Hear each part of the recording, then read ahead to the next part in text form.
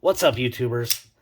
We are going to take a first impressions look at the Zermeno knives tier. I do believe it's pronounced tier. I looked up on the internet, and after I contacted William Zermeno, who made these knives by hand. These are like actually made by hand.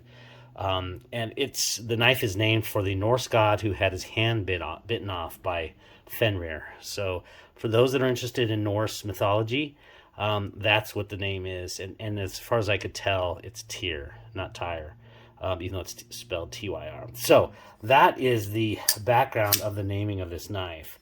But so I've actually had this for just over, I don't know, a month and a half or so. I have to really thank and give a shout out to Shoutout Dave for really showing this knife first. The one that he showed that I saw did not have a swedge up here. And so for me, when I saw that, I was like, ooh, man, if that thing just had a swedge up there, sure enough, one comes out on USA Made Blade, which has a swedge. So let's talk briefly about this. This is just an initial first impressions. This is going to be a project knife. So I'll start by saying that this is going to be labeled part 1, because I already know of 3 things that I'm going to be doing to this knife. Actually 4. Sorry about that. But let's just talk about initial first impressions. This knife is monstrous. Again, this is not a full review, but it does have what appears to be a hollow grind, fairly low hollow grind. But this is a bruiser of a knife. And again, this is one of those where when I saw it on Shoutout Dave's channel, I was just like, oh yeah, that's what I want. It has everything I like. It's titanium. It's got it's called a spidey hole, sorry. It's got a deployment hole. Works great on the thumb side, and actually just for grins. Left-handed, it works really good too. And then I was like, wait a minute. It's a little tough to put away there, but I found out that you can actually flick it pretty well left-handed if you just drop your thumb right on here. So yeah, there's no mount for the pocket clip left-handed, but you can go ahead and deploy it. So not bad. On the whole, there's the slightest amount of detail last, but not a lot. And that's really, I don't even say it's last. What that is that's actually, if you see this, you can see, you can't quite see there, but it's actually moving. The detent pawl is in there nice and snug. It's actually moving the lock bar there. So that does just go with a little bit. This is a heavy and decently large knife, needless to say. It's over a 3.5 inch blade. I want to say it's about 3.65. That'll come out when I do a full review, which will be next. But again, snap first impressions, great deployment. It has to be on, I'm sure it's on bearings. Yeah, it's on bearings, this one. It couldn't fly the way that it does. But oh man, it has a beautiful sound out of the gate. It's got slabs of titanium. It's made of AEBL steel, which is fine with me. It's a great user steel. It's for those that have used Nitro V. It's basically akin to Nitro V, and behaves similarly as far as I can tell. So some of the things that out of the gate I can say are great. The action is insanely good. I absolutely just love it. It's extremely addictive. There is a fair bit of lock stick, just because you don't have a steel lock bar interface there with the tang of the blade.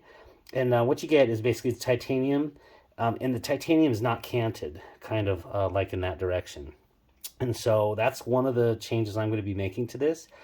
I'm going to build ever so slightly a canting of that titanium. I actually have a Les George, which has no problems, and it's just straight titanium against the steel, the tang of the blade. Not a problem, really. It's going to be the absolute slightest, with great care, modification to that. That'll be definitely one of the mods that I'll be documenting up ahead. The other thing is, and actually this is the first one, is this thing begs for a detent ball ramp. So as you're putting this back, I'm going to go ahead and try to see if I can get that on there.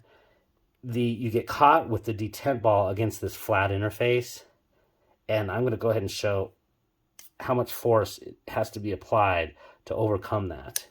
And it's really not a comfortable thing necessarily.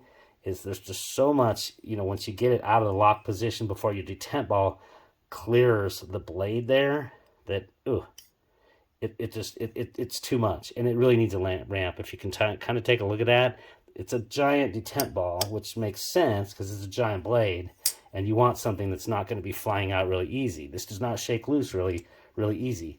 you can get it with a hard shake to come out. But for the most part, no problems with that.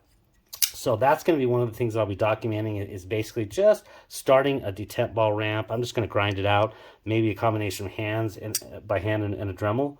That'll be one thing. The second one, as I talked about, is to get this lock bar interface to work just the slightest bit better. If I could have a little bit more material, then, I've been putting graphite on there as well as Sharpie, and it works, but after about, I don't know, 50 to 100 flicks, which is what it equates to one business meeting or so, it basically starts to then create that lock stick again, because you have that strong PSI against there, and I think building that cant is going to help that.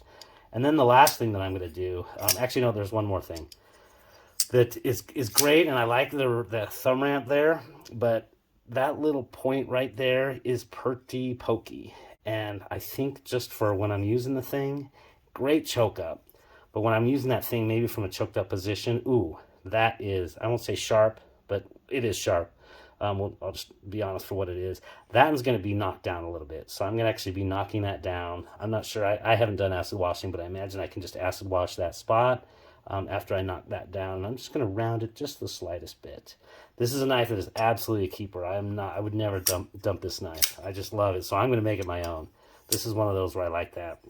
Don't really mind the fact that it's not chamfered or radiused around any of these. It's such a wide knife that it's really comfortable in the hands. So not a real big problem with that. And then the last thing I'm going to do is, this is obviously fairly monochromatic. It does have, I have the blue/purple anodizing, which I like. And it fits perfect with exactly what I wanted. And what I'm going to do with this knife is, and that's why this is part one of probably a 5-part series that's going to go maybe 3 to 5 months. Depends on how long. But I have engaged Rodney over at Noftastic EDC, aka Noftamium, who makes custom scales for the 80-20.5, and it built my custom on this one. I'll go ahead and link that up there.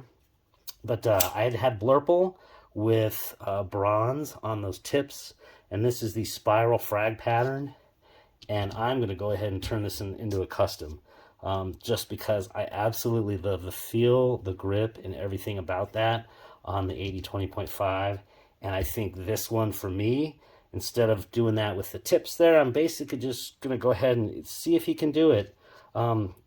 Do a spiral frag pattern on this one. Essentially pay him to customize this one, and then go for, if I can, I'm going to go for a straight blue, a straight bronze, and then I'll have the blue accents that go with it already. So for me, this is going to be a long-term project. Keep an eye on it for the future as I move forward. Like I said, the first thing I know that is necessary on this knife truly is a detent ball ramp, just because it is, you have to basically go so far to clear that if you want it to be able to deploy back. Whereas I'd love to be able to just to release it and then overcome that, but you just can't. Even with no pressure on it, it's just begs for that. And I'm thinking of like a Spartan Harsey. I don't have it with me, but the Spartan Harsey has that detent ball ramp, which just makes it beautiful. You disengage it and you start putting it back. So I know this is a very long first impressions, but this is a knife that I absolutely love.